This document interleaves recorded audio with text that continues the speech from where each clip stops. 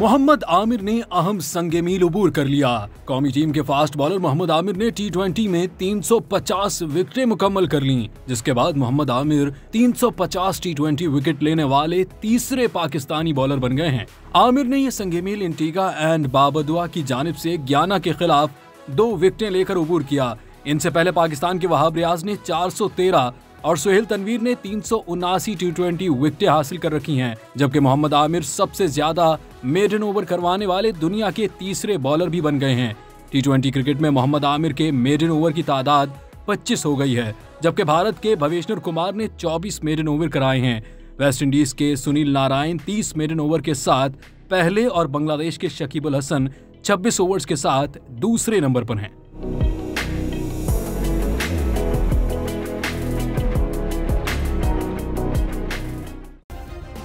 Subscribe करें और bell दबाएं ताकि कोई खबर रह न जाए।